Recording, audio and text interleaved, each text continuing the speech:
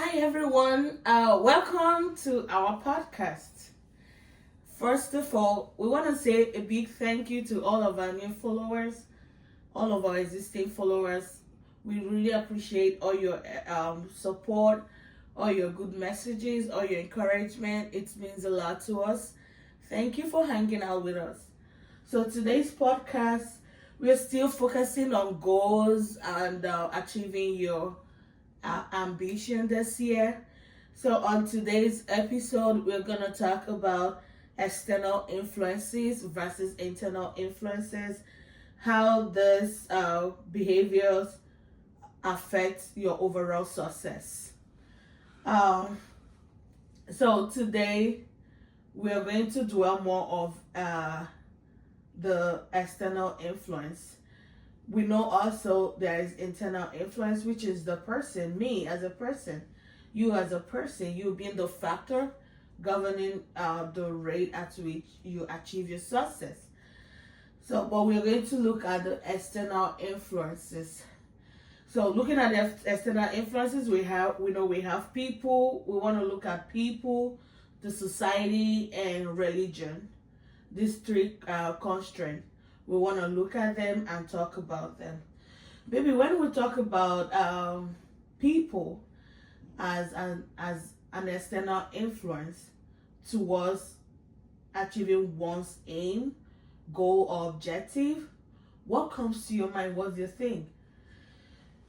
Yeah, when we talk about people in achieving one's goal as an external influence, we are talking about the kind of people who are there to contribute to one's progress.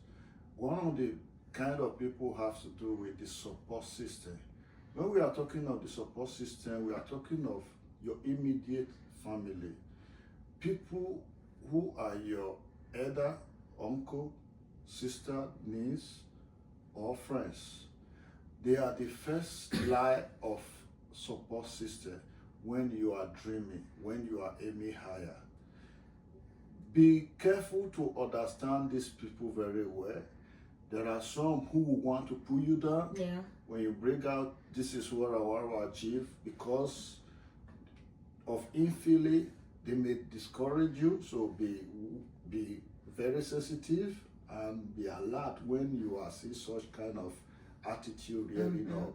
But notwithstanding the negative aspect, this set of people are the first line who ideally are supposed to be in line of support to you, either through motivation or through assisting you with finance or through guidance.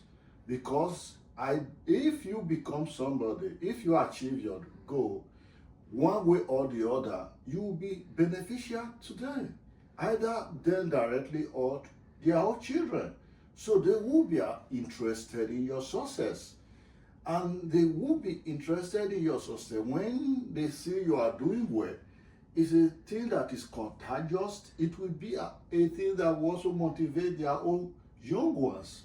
So your first support system, they are your brothers, sister, friends. It could be friends while you were in the university. It could be friends in the course of your life journey, like your career.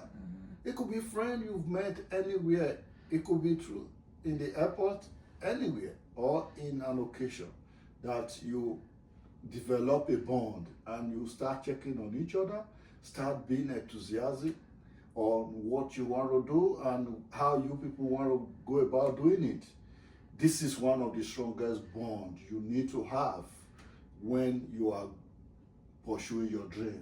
Okay, thank you. Within these same people, we also have another set that has to do with method. Method is very important. I could say method is one of the most important aspects of people as an external influence in achieving your goal. A mentor is somebody who has gone far, who has a wealth of experience, and who is seen as an authority. His advice go a long way to transform your life. His guidance go a long way to have a turnaround in your dream. Never you joke with the advice from a mentor. And also, when selecting your mentor, also know you are selecting the right mentor who is an accomplished person in his field. In the field that he has authority to give you all encompasses advice that will make you be on course. If you point at a very successful man in the society, ask him the secret behind his success, you will see at the measure of his secret will be an exceptionally successful method. Because if you look at it, I will call it the gift of man. To me, as a person, the gift of man, it's something that whenever I'm at a point in my life for like a change, that's one of my prayer point. Lord, send me gifts of men. And this is something that have always worked for me in my pursuit of whatever I'm doing, educational, spiritually, in my career, in whether job opportunities or whatever you want to name it. When I talk about the gift of men, just like you've mentioned, these are people that God brings across to you, or the universe makes your path to cross. These are people that are in line with your goals, your ambition. They believe in what you're doing. Sometimes they might not be your immediate family. Sometimes your immediate family might not be your biggest fan. But there are people that you might not have known them for a long time, but when they come to your life in that particular season, you understand it in your spirit that this person was actually meant to be here at this point in time. I've experienced the gift of men at every season of my life. And the gift of men is one gift I will never joke with, because these people, when they, it's like a puzzle. You're trying to figure out something, you're trying to look for headway, and this person throws this light into the situation, and you're like, man, I didn't see it that way. Oh, this could go this way. Oh, this can be this way. You understand? So, gift of man is something I always appreciate. I'm very particular in people I have around me, because I understand that they could be negative or positive towards your dreams. So, this is something we look at. Also, when you're talking about the gift of man, mentorship, I want us to talk about religion. Because a lot of us, we are religious people. You could be a Christian, you could be a Muslim. And especially from African setting, we know that religion, not just Africa, I think everywhere in the world, religion plays a very huge role in our mindset. It plays a very huge role in our belief system. As when you have a pastor, when you have an imam, someone you look up to. And also we know that religion has also blindfolded a lot of people. So it's like a give and, like a two-way situation. Religion have impacted people positively, and you've seen people going the extreme with religion as well. What do you think? Yes, religion is a very crucial aspect in the process of attaining a dream. And we should not be mindful of the positive and the negative aspect of a religion. And we should all be mindful. Yeah. Okay. We should be mindful. The Bible says, "By their fruit we shall know them." Yeah. You will know this person is really a person of his his integrity, a person that is really called by God, a person who is not a scammer, a person who is really genuine. That is the first designing aspect you need to know when you are in a religion. A religion where you see yourself being in a state of constant gullibility, where you are Yeah. being deceived and you don't know, you Manipulated. are being manipulated. Yeah. And, you don't know you are in the all in the name of God, and you are being swept away, and you are not seeing the root, the fruit of God existing. Yeah, and the fruit of your labor, And it's not matching, you know. Exactly. So you should be, when you see the real man of God, once you identify it, you are in the right place on a journey towards attaining your dream. Because the message you'll be getting will really show that, yes, this is the right place. This is the right man of God. This is the right gathering I need to be. But when you make mistake to be in the wrong gathering, they will as well man your dream, man your the plan you have for yourself. At the end, you see yourself not attaining it. That is why you see many people from year to year, they keep repeating the same message. They keep deceiving them. But when you are in the right place, you will see it. You will see changes in your life. Once you observe that there is no changes in your life over years, period of time being in religions, you should understand that God is not really here.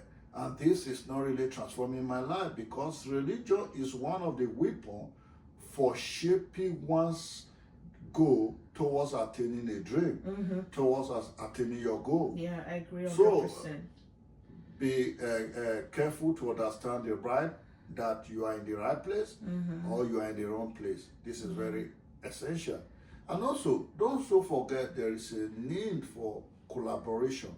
Collaboration is very essential when you are in a profession. A profession, for example, you are a medical doctor, or you are a teacher, or you are a lecturer. There is a need among your peers to collaborate when dreaming, or maybe a musician, when dreaming to achieve a goal. You can see many of these Grammy Awards. There are people who collaborate together to do a very substantive music, and at the end something worthwhile will come out. These are process of attaining the dream. You should not undermine the gift of others. Two heads are better that comes than also one. to the gift of men. Exactly. We talked about having people around you, Yes, exactly. that kind of helps you to attain your goal, you know. So at the professional setting, there is a need for you to have a collaboration. For example, you are in academy, you want to write a paper. For you to have a promotion, you need to collaborate with a fellow colleague so that you write a very quality paper that can be published in one of the top rated journals in the world, that will make you an excellent scholar. So in music, the same thing, you collaborate with your fellow friends who is also a good musician, and at the end you bring out a worthwhile album. In any career, just for example, you want to move from one career to a higher level, you will be always discussing with your fellow colleague, and both of you will be studying hard and working towards that dream. So you want to go into business, you can collaborate with your fellow professional. For example, Google is one of the leading companies in the world, and everything relies on Google. These are two men who were colleagues in Harvard, and they both graduated. They were IT students, they did PhD there, and in the course of their PhD, they researched their thesis, and at the end translate their thesis into search engine. They are 3 and 4 richest people in the world today. It came from the perspective of professional collaboration. They utilize their gift together and establish a worthwhile company. That's a great example. So that is why you don't underestimate the effort of two great heads together in pursuing a dream. That's also the reason the person you marry also matters a lot in achieving one's dream. But that's topic for another day. Exactly. Let's also look at society. But before we talk about society, in summary for the religion, I want us people to understand that whatever you hear matters a lot. Just the same way what you eat matters a lot. Bible says something, faith comes by hearing the word of God. So the same way faith comes by hearing and hearing the word of God. Whatever you hear someone speak into your life, before you know it, you start acting upon those ideas. That is why I said religion, it's like one of the big factors, external factors, that with or without your knowing plays a huge role in your ability to achieve your success. For instance, I had someone said to me, who was supposed to be like a spiritual leader, like someone you should look up to in a church, said to me that being ambitious can be a sin. Like someone telling you, oh, you want to go to the university, Jesus might come before you graduate. What's the essence? There are certain people that if you're not careful, they start saying certain things to you that kind of start drifting you away from what you really want to achieve. So that's very important. Like you mentioned, it's good we are very strategic with people around us. Somebody might be good, but they might not be good for you. A pastor might be good, but he might not be good for you. He might not be blessing your soul. His ministry might not be in line with your life ambition and your dreams. He might not be a bad person. His word might be blessing another person, but his word might not be blessing you. So it's okay to identify those things and decide, okay, just like you said, this place is not blessing me. This place is not helping me grow. This is not what I want for my life, and it's okay to step out and say, no, I need to find somewhere else. The society at itself today is a huge factor. We really underestimate what a society does. For instance, taking the social media as an example, people's definition of success comes from what they see nowadays from society. Previously, people's definition of success comes from their life ambition, aspiration, how they were able to achieve it. Right now, people take off their definition from what they see. If I'm able to do this person have done this, that means I'm successful. And sometimes they will say the end justifies the means, and all kind of social vices start playing around. What do you think social media, what's the impact of social media, the society, towards one's goal and ambition? Has it been towards positivity towards people, or has it done more harm? Yeah, the social media has both the con and the pro. That is the disadvantage and the advantage. The social media can be one of the most powerful instruments for transforming humans, for attaining goal. It can as well be one of the most powerful medium for destroying human from not achieving goal. So it depends on what you want to achieve. If you want to achieve something, you set a dream for yourself, you need social media. And the kind of social media you need has to do with the aspect of social media you view. For example, you set a dream for yourself that, okay, this year, this is what I want to achieve. You need a lot of external factors on how to go about it. And social media is one of the places. There are many professional social media today where you where you can join as a member.